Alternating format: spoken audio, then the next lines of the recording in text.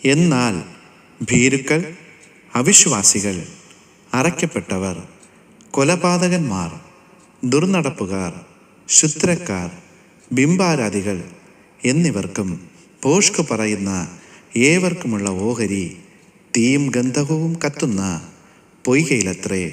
അത് രണ്ടാമത്തെ മരണം. വെളിപ്പാട് പുസ്തകം 21 അധ്യായം 8 വാക്യം. ജീവൻ